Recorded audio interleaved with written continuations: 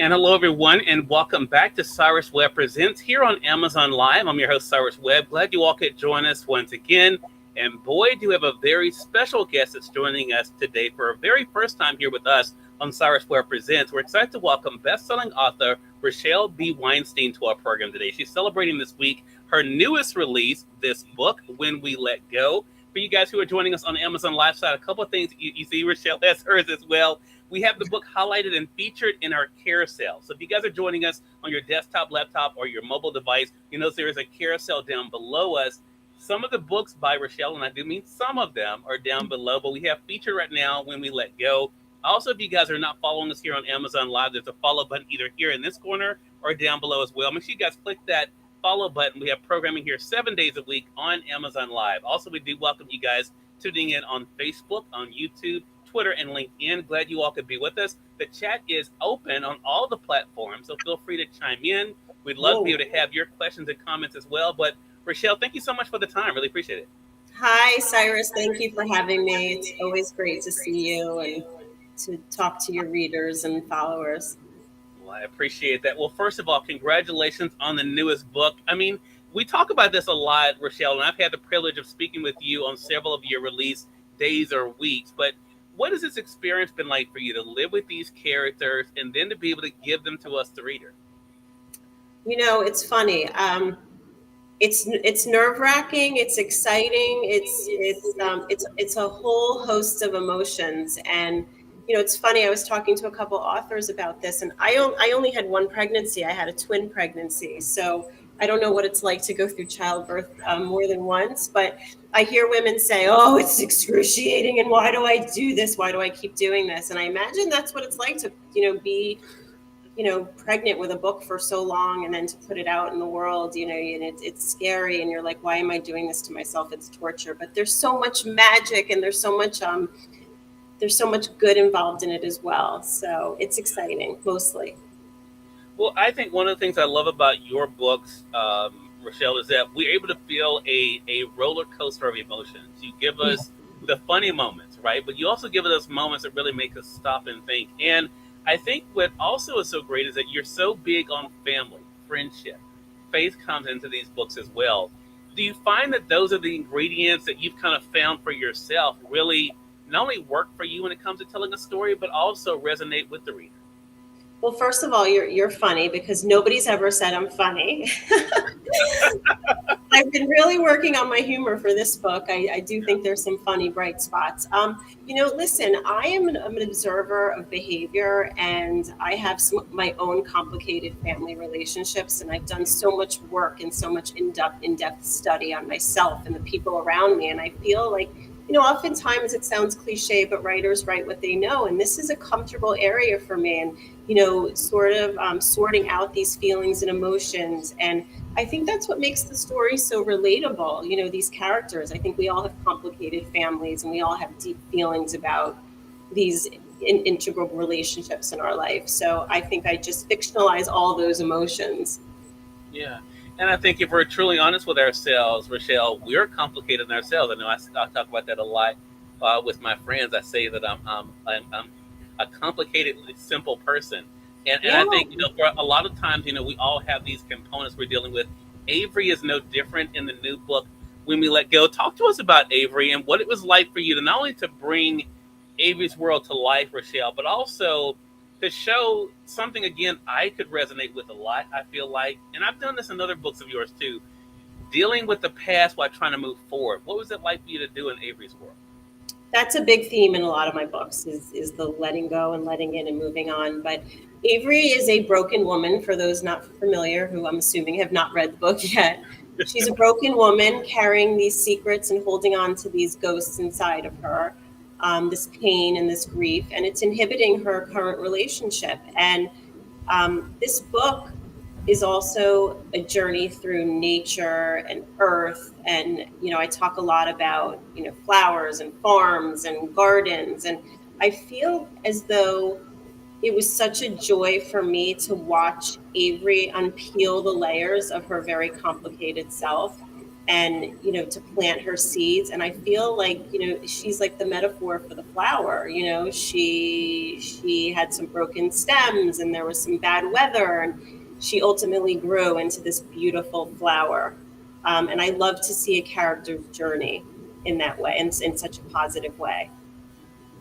And you write a lot about strength as well, Rochelle. In the carousel on the Amazon lifestyle, I want you guys to notice the other three books that I put there, who are some of my favorite by Rochelle. Somebody's Daughter, you'll find it over there. Where We Fall is another great one, and then This Is Not How It Ends.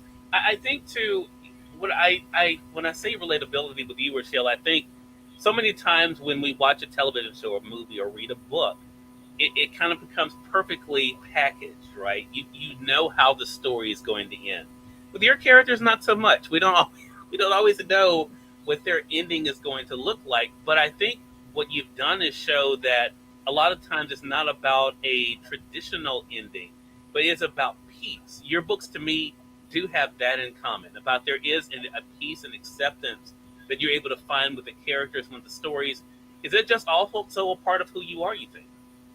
Well, I think that, I think what you're also just saying is that it's a lot about the journey. It's not about, that destination and reaching that perfect little happy moment. Um, and that's how I live my life. So it's, I talk about, we talk about success as a writer. And, someone asked me last night at a book event, how do you measure success in your career? And, some people would say I'm like a New York Times best-selling list or selling books. But for me, it's this journey and all the people along the way who've been with me, who've reached out and been so supportive and saw themselves in these characters, and they were along the ride with these characters' journeys. So it harkens back to what you're saying about, my characters' journeys. I know how the story starts and I know how it's going to end, but it's that journey in the midst that's oftentimes the most difficult, the most challenging, but I also think the most rewarding at the end. And I think too, I believe in thinking about Averys' story when we let go, Rochelle, and also some of the other books. I think there is I love the fact that there's a growth within to oneself too, Right. right? I mean, I think we see that with Avery in this book, that the Avery we meet in the beginning is not the Avery that's at the end, right?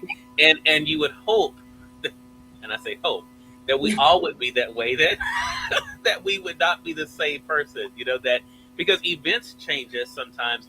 And I think in Avery's case, and I love this too, events can do one or two things. They can change us for the better or the worse. And I think what we see with Avery is this Avery, again, it goes to that point I was making about peace. Avery learns that the events don't have to make her. So talk to us about that for you in this particular book, what it was like for you to see, especially because the book is written in first person, what it's like for you to see Avery's growth.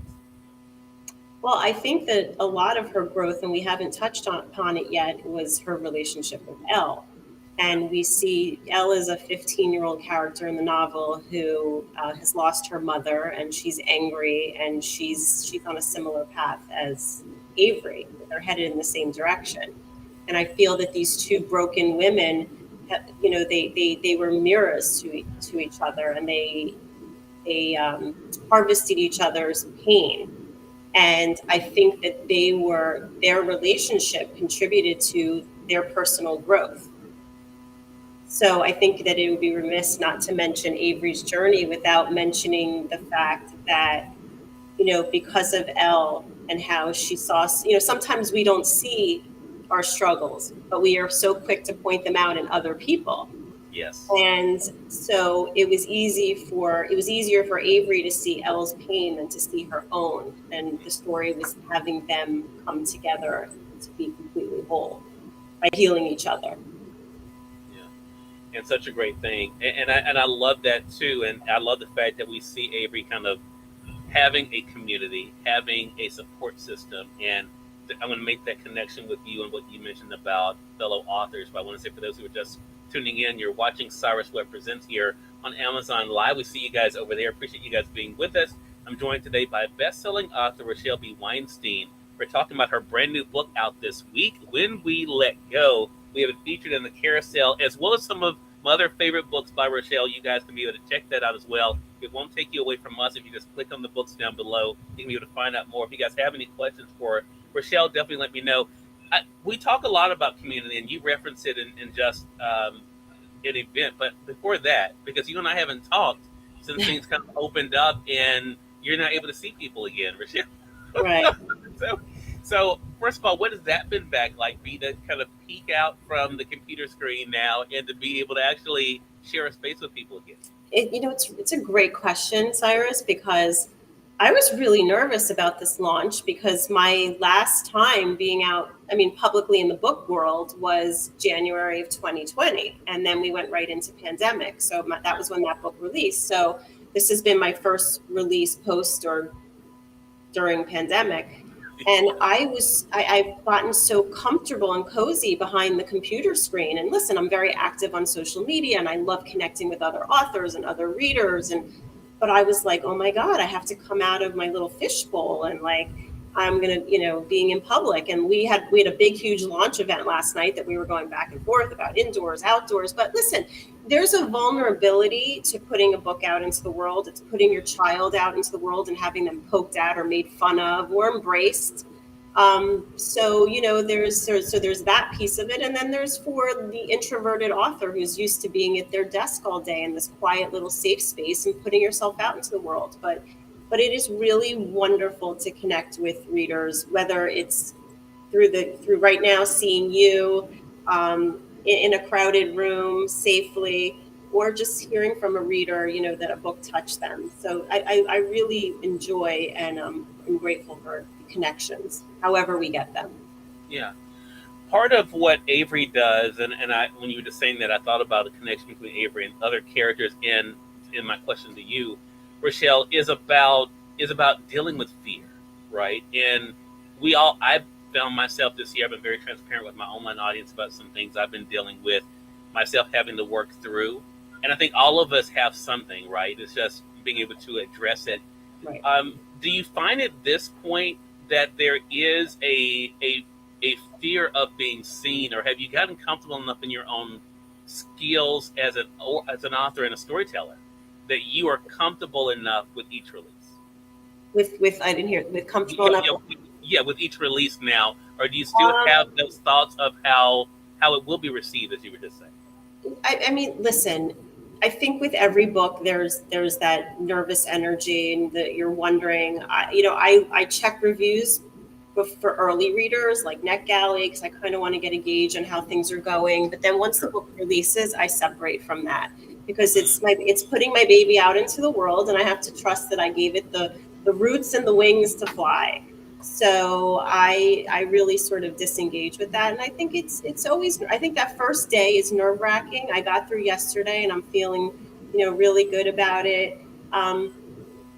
You were saying about sharing and being open and honest. Like that's my mantra. Like, if anyone who gets my newsletter, I'm really open about any issues or struggles that I've faced. And I think that it's really important to put that out there. And when I was going through being nervous about yesterday, I talked to somebody, I said, I'm really nervous, like instead of beating myself up about it. And that's what people do. They tend not to feel comfortable with being uncomfortable. And sometimes the best thing you can do in those situations is say to a friend, hey, I'm feeling really uncomfortable right now, and just have them talk you through it and just feel the feelings. But I think it's a very natural response to be nervous and excited about putting yourself out there in the world, whether it's through a book or through your own authentic self. Yeah, love that. And you and I've had this conversation before as well, Rochelle, but it's great now to be able to ask you, looking at you. For these characters like Avery, I mean, did you feel as though this was the story with Avery you wanted to tell, or did you have surprises along the way as to how she dealt with some of life happening to her? Well, the funny thing is the story with Avery there were so many iterations of this story that Avery was a man before Avery became Avery. And it was a story about a man falling in love with a Christmas card that was being delivered to his house. I mean, I knew it was about a book that needed to be about holding on and being able holding on and being able to let go. I knew that was the theme. And so it changed so many times. But once I got the Avery character down pat, and I knew the ladder in which how to get there, like bringing in the L character and these other broken characters, I remained on course, and that did not change. She really pulled it right out of me. Wow. And I love that. Thanks for sharing that. I didn't realize that. Didn't realize it could have been a different book that we're discussing today. This book went through more changes than any of my books, I think. Wow. Is that part of the fun for you at this point, though, Rochelle, that you don't know, that you may have an idea, but that, as the saying says, life does happen when you have other plans? So I'm writing my 7th book is done right now, and I did a really thorough outline, which I've never done before, and it was very helpful. But I will still tell you this, and any writers out there that are watching, your characters will still take you in directions. Like your story, you may have your bones, but your story is always open to different turns and doors, because you're in your characters' heads, and they're dictating the story. Well, it gives us something to look forward to. But in the meantime, we want you guys to pick up When We Let Go, the newest book by Rochelle B. Weinstein. You guys can see it there. It is available through our friends at Amazon.com. We have it highlighted there. And as you heard her say, Rochelle is actually spending some time out now. So, Rochelle, how can our audience stay connected with you and kind of keep up with what's going on with this book and your other projects? I would love for them to sign up for my newsletter. I'm very personal, and I love just sharing, it's fun stuff. It's not author hawking books newsletter. So my newsletter is at RochelleWeinstein.com. They can sign up, and they can follow me on Instagram or Facebook, Twitter. I'm pretty active, mostly on Instagram. You follow, I follow back. One of those. All right. Love connecting. Well, I've definitely enjoyed connecting with you. Shout out to our mutual friend Anne Marie of Get Red PR for helping us being able to have this conversation and so many others. And looking forward to our next chat together, Rochelle. Thanks, Cyrus. Thank you to everybody listening. And we thank your audience for tuning in to another great segment of Cyrus Webb Presents. Until next time, I'm Cyrus Webb saying you all make it a great one. We'll talk to you soon. Take care.